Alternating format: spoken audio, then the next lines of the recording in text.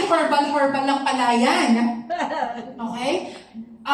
Be nice. Okay? Alalahanin niyo ako. Be nice and explain to them this contains natural form of medicine that usually has no side effects.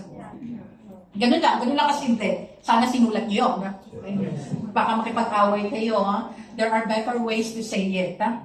Now, okay. Let's talk about, guys, lahat ng nakikita nyo dito is from puretear.com. Iniisa-isa ko siya kasi I want you to use it. I want you to use it kasi chances are hawak-hawak mo ang cellphone mo. Okay. So, pagdating sa Service Center, this comes from the placenta of a female doe. From what I heard, during labor, tinatanggal yung inunan and it has to be transported to the laboratory within 72 hours to maintain bioactivity.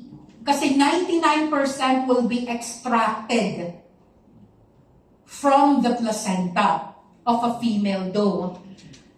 Okay, I'll give you, ganito na lang ang training natin para hindi complicated. One formula, one word to describe. Okay? And isulat nyo kung ano yung pinang-describe ko, ha? Okay. Pagdating sa Service Center, write multipotent. Multipotent. Okay. Tandaan nyo yung term na yan. Because Service Center, especially the cell, can transform into different type of tissue. It means multipotent. Multi, nag-iiba-iba.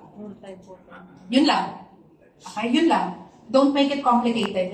Kasi I promise my husband, he's having diarrhea by the way, pero I promise my husband that I will make the training very, very easy today. Hindi ko kayo papahirapan. So, Service Center, 100 mg is multipotent. Next. Nucleoclavin. Nucleoclavin comes from the albino strawberry. It's in Awaji, Japan. One word. Nucleoclavin. One word to describe it.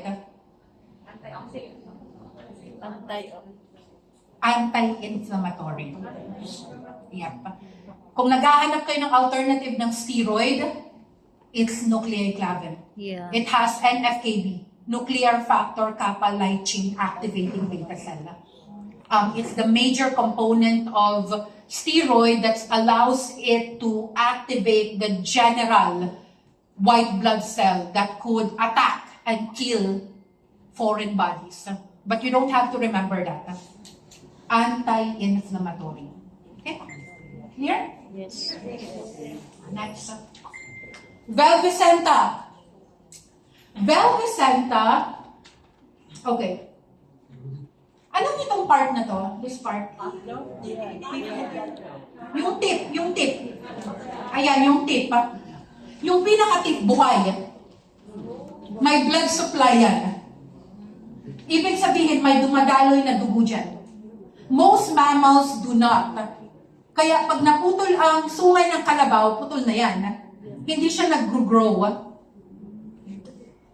Unlike sa male deer, yung antler nila pag maputol, kayang tumubo ulit.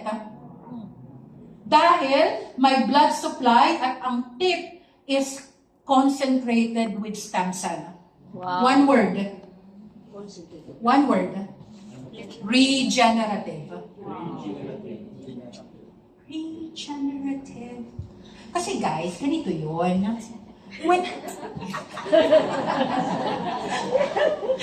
Pag minamarites ka na, pag you're in battle at inaatake ka na, you need to go to the root cause of the problem. Bago ka sumabak sa giyera, dapat alam mo kung ano yung dispute. Ano yung sakit ng tao? Ano lang yung gusto niya na mangyari? paano lang siya tutulungan in the most simplest way. So when you do OPP, hindi ka parang scripted na nag-OPP ka ng 20 minutes. Kailangan i-highlight mo lang kung ano yung formula natin na talagang makakatulong sa kanya. Doon ka lang mag-build ng argument mo. Para kang nakikipag-debate niyan. Okay? So, ayun. So,